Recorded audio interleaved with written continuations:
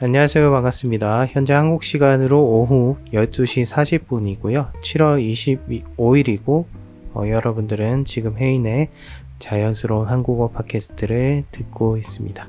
최근에 무더운 여름인데도 불구하고 지금 한국은 장마 기간이에요. 그래서 주민분들이 수해를 입기도 하고 한국의 지방에는 시골 쪽에는 또 비 때문에 피해를 입으신 분들이 많습니다. 그러한 분들을 위해서 또 개인적으로 기도를 많이 하고 있고요.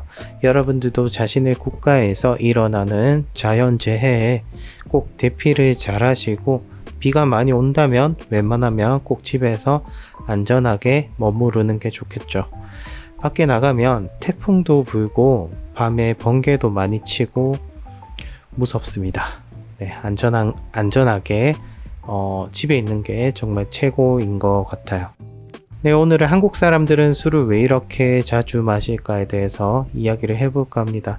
한국 문화에 관심이 많은 외국인들은 대부분 알고 있죠. 저희 한국 사람들이 정말 술을 많이 마신다는 것을.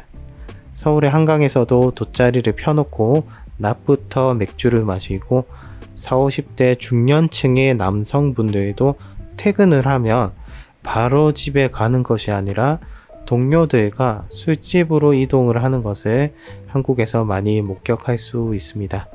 오늘은 한국인들이 왜 이렇게 술을 자주 마실까에 대해서 궁금하신 분들은 오늘도 끝까지 팟캐스트에 고정해주세요.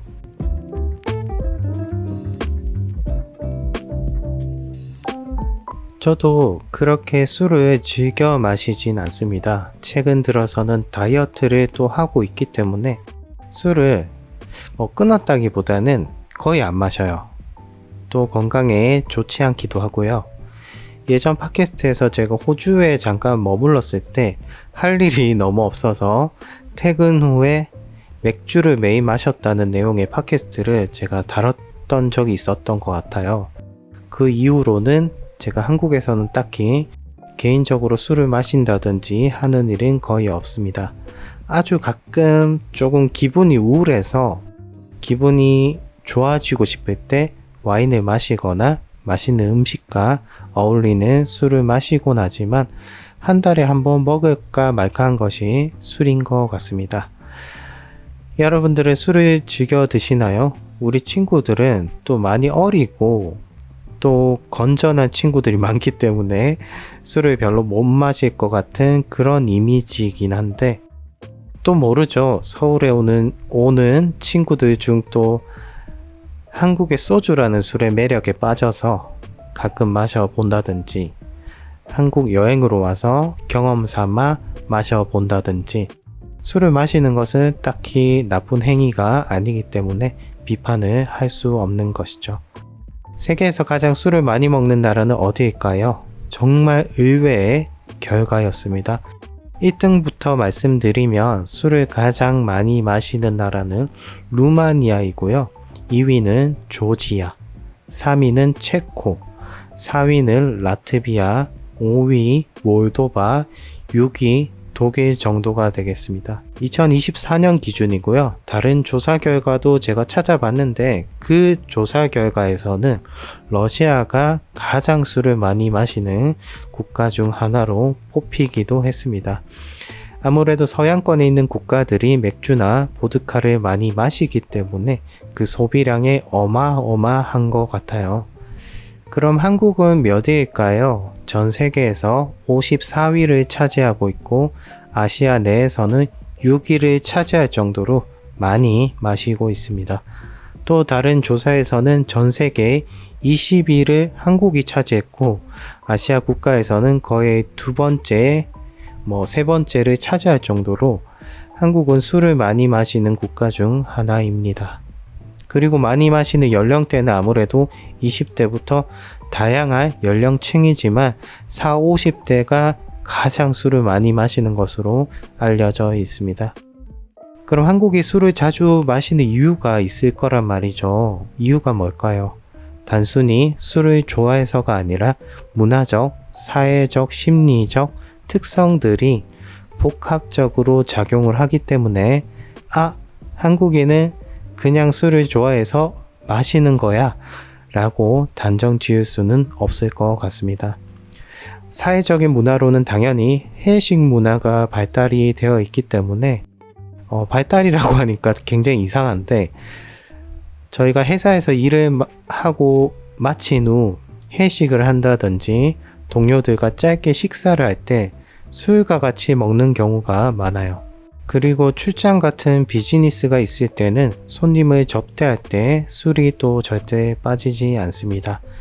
이게 이유가 있는 것 같아요. 아무래도 좋은 분위기에서 손님에게 술을 접대하고 어떻게 해서든 영업을 따내기 위한 하나의 수단 같거든요. 맨정신으로는 사업 이야기를 하기에는 너무 일 이야기만 하면 딱딱하니까 술을 같이 먹게 되는 것 같습니다. 그리고 회식 문화에서 건배 문화라고도 하죠. 저희 한국에서만 쓰는 용어들인데, 회식 문화에서 뭔가 회사에서 같이 일하는 동료들이 하합을 하고 싶은 그런 마인드가 한국 사회에서는 강하게 물들어 있기 때문에 퇴근 후에도 일 이야기를 하면서 회식을 하면서 동시에 동료들끼리 술을 마시게 되는 일이 자주 일어납니다. 보통 제가 아는 일본인 친구나 홍콩 친구들, 그리고 중국 친구들을 보면 퇴근 후에는 각자 집에 가기 바쁜 것 같아요. 한국인들이 일을 마친 후에 같이 술을 마시러 가자고 하면 처음에는 약간 인사치레로 예의상 같이 마시거나 하는 경우가 있는데, 제가 만나본 일본인들은 퇴근하고 집에 가기 바쁘더라고요. 근데 이게 저한테는 더 정상처럼 느껴지거든요. 한국인들은 정말 지나치게 남의 생활이나 타인의 생활에 관심이 많기 때문에 술을 먹든 여행을 가든 혼자 하지 않고 무엇이든 친구나 동료와 같이 하려고 하는 그런 느낌이 매우 강합니다. 한국인들이 많이 지나친 것이지 개인주의 성향이 강한 나라들이 비정상이라고 저는 절대 생각하지 않고요. 이것을 한국인들은 정이 없다라고 생각하는 사람들도 가끔 있지만, 저는 그것이 한국인들만의 생각이지 절대 퇴근을 하고 혼자 집에를 간다든지 혼자만의 시간을 즐기는 타 국가들이 전혀 틀리지 않다고 생각이 듭니다. 그리고 보통 술을 마신다고 해도 늦어도 새벽이 되기 전에는 다들 집에 귀가를 하는데, 꼭 한국인들은 새벽 1시, 2시, 심하면 3시까지 마시고 다음날 출근하는 체력 좋은 분들이 넘쳐나세요. 좋게 이야기를 하면 정말 한국인들은 체력이 좋은 것이고, 나쁘게 이야기하면 미련하다라고 생각이 들 정도입니다. 제가 호주에 있을 때 이야기인데요. 굉장히 저에게도 부끄러운 과거인데 개인적인 이야기라서 하고 싶지 않지만, 일을 하고 동료들과 회식 비슷한 술자리가 있었습니다. 그때는 한국인들만 모여서 약간 파티 같은 느낌의 회식이었어요. 되게 뭔가 감성적이잖아요. 호주에서 대만 치킨 브랜드 가게에서 한국인들끼리 술을 마시면서 회식을 한다. 뭔가 저에게는 굉장히 유니크하면서도 특이한 경험이었습니다. 근데 이 한국 친구들이 하나 둘씩 취하기 시작하더니 어떤 여자애는 그 자리에서 쓰러지기도 하고, 어떤 애는 화장실에 가서 토를 하기도 하고, 막 시끄럽게 이야기를 서로 하기도 하고, 저도 그때 취해서 정확히 기억이 안 나는데 새벽까지 저희가 그 자리에 그대로 머물렀던 것 같아요. 물론 저희가 특별한 사고를 치진 않았지만 술에 깨고 나서는 갑자기 제 자신이 부끄러워지면서 어글리 코리안이라는 단어가 갑자기 머릿속에서 떠나질 않았습니다. 특별히 피해를 직접적으로 주진 않았지만 저희가 너무 시끄럽게 가게에서 너무 떠들면서 이야기를 하기도 하고, 어떤 친구는 알바생한테 장난으로 농담도 하고, 그 알바생 분이 다행히 너무 착했어요. 대만 여성분이셨는데, 저도 제가 술에 취해서 화장실을 제대로 못 찾아가니까 직접 찾아가서 안내를 해줬던 그런 고마운 분이었습니다. 조금 제 자신과 같이 술을 마셨던 친구들이 굉장히 부끄러웠던 그런 기억이 저에게는 있는데요. 추억이지만 조금 특이한 경험이었죠. 물론 한국인들만 그렇다고 제가 절대 단정 짓는 것은 아니고요. 그 한국인들만의 분위기가 있어요.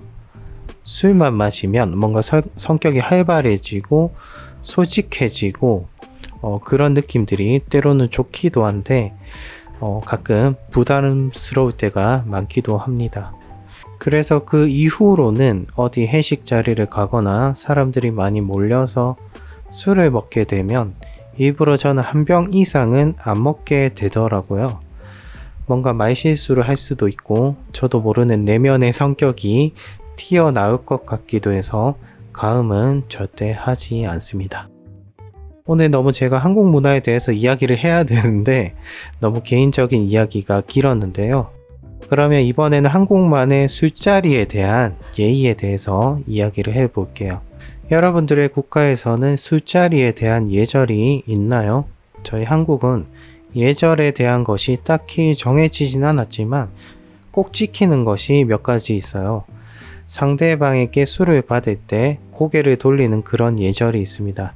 이것은 나보다 나이가 많은 상대방에 대한 예의를 표현하는 건데요.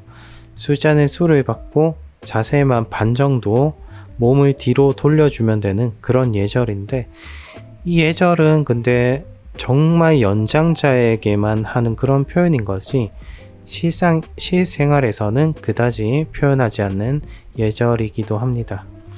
또 두 번째는 상대방이 잔이 비어 있으면 술을 직접 따라주는 것이 당연하다고 생각을 하는 사람이 한국에는 많습니다. 이것은 나이가 많고 적고 상관없이 친구들끼리도 자주 이러한 예절이 이루어지기도 하는데요. 일종의 센스 있는 행동인 거죠. 세 번째는 건배라는 것인데요. 영어로 cheers라고 부르기도 하죠. 저희는 서로 상대방과 잔을 부딪히면서 건배라는 단어를 사용하기도 합니다. 건배는 직역하자면 잔을 비운다라는 뜻이고요. 저희가 좋은 만남, 좋은 자리, 이벤트나 행사, 그리고 가족, 동료 상관없이 서로 격려와 화합을 위한 표현이기도 해요. 그리고 마지막으로 일본 같은 경우는 제가 알기로는 상대방에게 술을 따를 때 잔을 컵 끝까지 다 채우는 것으로 알고 있는데 저희는 잔에서 80% 정도만 술을 따릅니다. 상대방에게 부담을 주기 싫은 이유도 있고요. 술을 흘리는 것을 싫어하는 한국인들만의 특별한 습관인 거죠. 네, 그래서 오늘의 결론은 한국인들이 술을 자주 마시는 것은 사회적 인식 그리고 동료들과의 소통을 위해 이뤄지고 있는 하나의 습관이다. 또한 공동체주의가 아주 강한 나라이기 때문에 자신의 이익보다 서로 간의 유대를 중요하게 생각하는 한국인들만의 특성이다. 그리고 직장에서의 스트레스를 술로 푸는 것이 이미 습관화가 되어 있기 때문에 술을 자주 마신다 정도가 되겠습니다. 네, 오늘 한국인들은 왜 이렇게 술을 자주 마실까에 대해서 이야기를 해보았는데요. 오늘 팟캐스트가 유익하셨던 분들은 좋아요, 구독 눌러주시고요. 아마 저의 팟캐스트 영상이 두 개에서 세 개쯤 더 올라간 이후로는 저의 얼굴을 드러내고 팟캐스트를 진행해 볼까 합니다.